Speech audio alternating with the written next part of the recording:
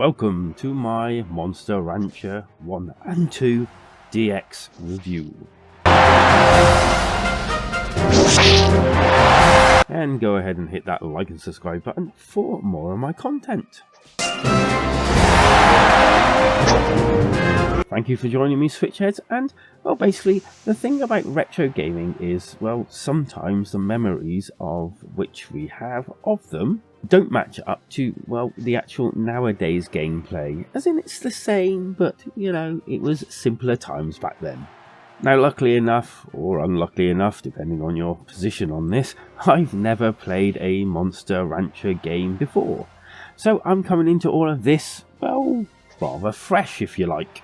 First off, the two games I noticed are rather similar, with the second having, well, obvious graphical upgrades and animations. Both of the games kind of have that static feel, menu-based gaming style, and they both have some funky intros to them, which are actually quite cool and also quite funny, bearing in mind when these are actually made. But they do a good enough job of kind of like telling you a little bit of the story, just enough for you to, well, justify the actual gameplay. And to be honest with you, I did actually enjoy both intros. Now, as for the gameplay, well, you, as with most of these games, sort of start afresh, as in you're a new rancher. And soon enough you're signing contracts and also getting your own personal assistant that will, well, assist you in the actual game.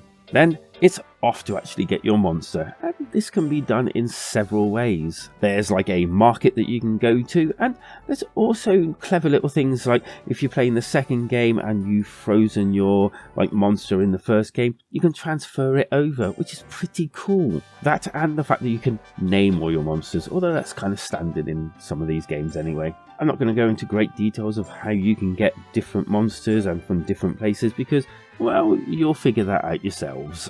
Putting the game into basics and, well, basically it's all about training your monsters up to fight in tournaments and hopefully win said tournaments and eventually go into major tournaments. That's where all the big bucks are. And yes, you do earn money for doing different things. I'll come back to a little bit of that later on. And because of this, you get to buy different things, and I'll come back to that later on as well. And with that, let's talk a little about your ranch. Now, this varies a little bit in both games. Some things are called different things, and some things are, either just a little tweaked or upgraded or the like. So I'm going to generalize this a little bit so it's not too confusing because of the two games. So let's start with feeding your monster, and basically, yep, you get to feed your monster different varying foods that you can pay for. See, back to the money. And each food kind of does a little bit different to the other one, and obviously the more expensive stuff is better-ish, if you like. Then there's shops where you can buy, sell items to, well, help buff, heal, relax your monster. You get the idea, don't you? And then there's these kind of university places where you send your monster for weeks at a time to, well, train up, and if they do well, their stats go up, which is good for progression. But these ones will set you back quite a bit of money. Now you can earn money by doing battles, and I'll come back to that. And you can also earn money by doing jobs.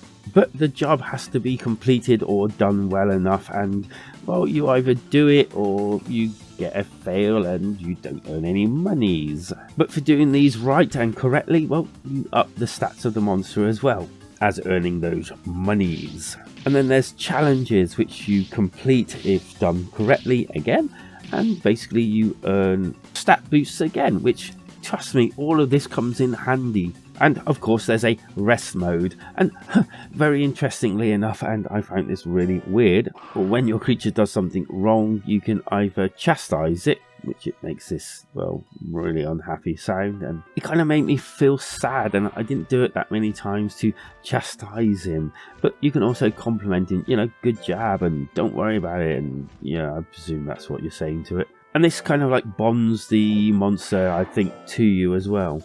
It's really subtle things that differ the two games more, refining everything in the second one. And with that, let's talk a bit about the battling. And basically battling in tournaments can be done manually you say kind of, do this, do that, or, well, not helping the monster itself and just letting it do what it feels like it wants to do. And basically, I found that letting it take over and doing what it wants to do kind of like yielded me a better result at the end. As in, I kind of won a lot more matches that way.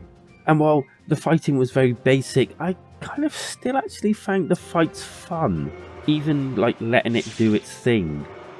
I have to admit that it's very strange, as the more I played and started to win and do better, the more I actually wanted to play and keep playing.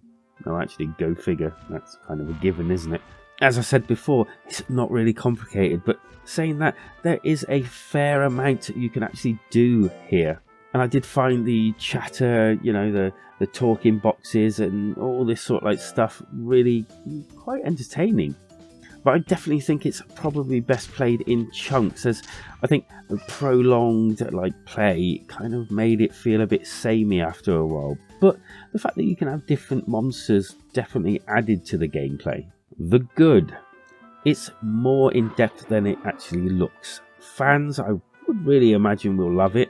And 2 games in the package for the price of 1. Or is it 2? Yeah, you get them all. I mean, the bad can be hard. It really can actually be quite hard.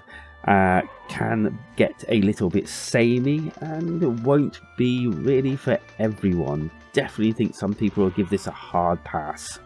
And as for that all-important score, I hear you ask. Well, for me it's going to be a 3+ out of 5. I felt maybe a little high asking price, but I was surprised in how addicting it gets.